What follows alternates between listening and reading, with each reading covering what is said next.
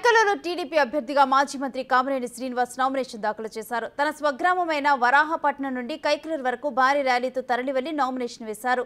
వారి గజమాలతో కామినేని శ్రీనివాస్కి కార్యకర్తలు స్వాగతం పలికారు.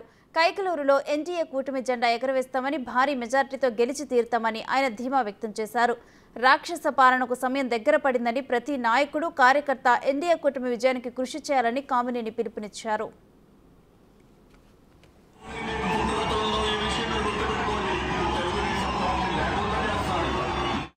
ఘట్టం అనేది ఒక అపూర్వ సంఘటన.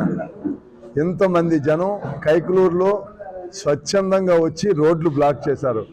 వాళ్ళలాగా ఆటోలు, ఖాళీ ఆటోలు అడ్డు పెట్టేసి ట్రాఫిక్ జామ్ చేసి కాకుండా స్వచ్ఛందంగా వచ్చి ట్రాఫిక్ జామ్ చేశారు.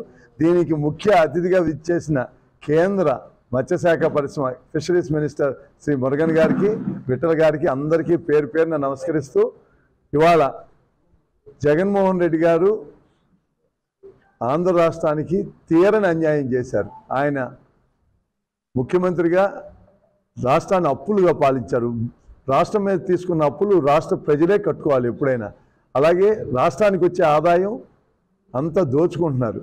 తెచ్చిన అప్పు కూడా అంతా ఖర్చు పెట్టుకుని దోచుకున్నారు. రాష్ట్రానికి వచ్చే ఆదాయంలో లెక్కరు, ఇసుక అన్నీ.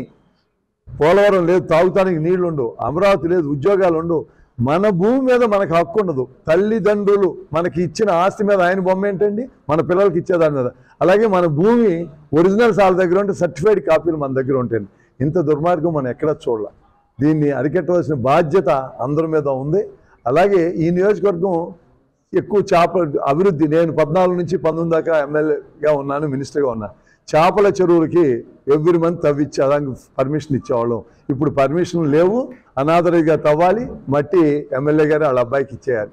ఎక్కడైనా ఏ చెరువు